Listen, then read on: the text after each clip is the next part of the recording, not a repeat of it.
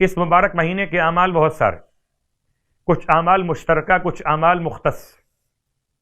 اعمال مشترکہ میں کل بھی بیان صدقے کا تھا، اور میرا چوتھا امام صدقہ ایسے عطا کرتا تھا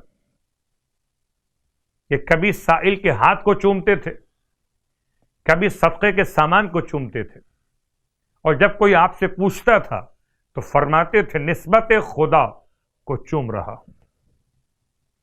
روایت، راوی نے پوچھا پیغمبر کے فرزند کی بارگاہ، یعنی معصوم کی بارگاہ مقدس، فرزند رسول اس مہینے کا بہترین عمل کیا؟ فرمایا صدقہ اور استغفار، کہ جو شخص ماہ شعبان میں صدقہ دے بس خدا اس صدقے میں اس طرح اضافہ کرتا رہے گا جیسے تم لوگ اونٹنی کے بچے کو پال کر عظیم الجثہ اونٹ بنا دیتے ہو۔ چنانچہ یہ صدقہ قیامت کے دن احد کے پہاڑ کی طرح بڑا ہو چکا ہوگا۔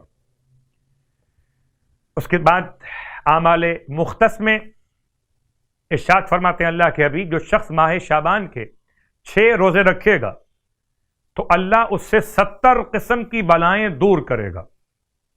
70 قسم کی بلائیں دور ہوں گی ماہ شعبان کے 6 روزے مکمل کرنے والوں سے۔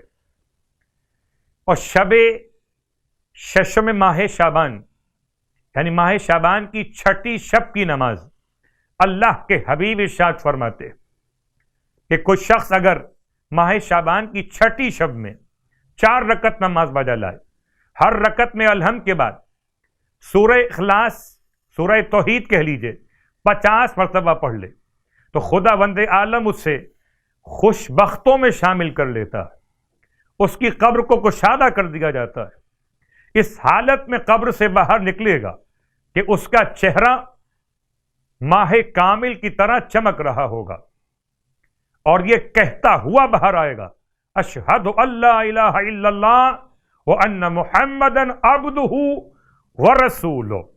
مومنین کرام، معتبر سند کے ساتھ امام جعفر صادق علیہ الصلوۃ والسلام سے منقول ہے کہ انصار میں سے ایک شخص چند روز تک نبی اعظم صلی اللہ علیہ وآلہ وسلم کی خدمت میں حاضر نہ ہو سکا۔ نبی اعظم صلی اللہ علیہ وآلہ وسلم نے اس سے پوچھا کس وجہ سے چند روز تک ہمارے پاس نہیں آئے؟ اس نے عرض کیا تنگ دستی اور طویل بیماری کی وجہ سے حاضر خدمت نہ ہو سکا۔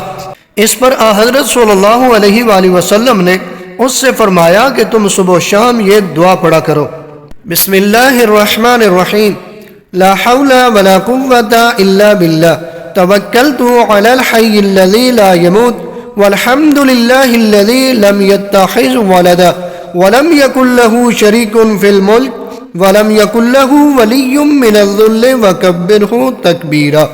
مومنین کرام، ماہ شعبان ہے، عظیم مہینہ ہے، بابرکت مہینہ ہے۔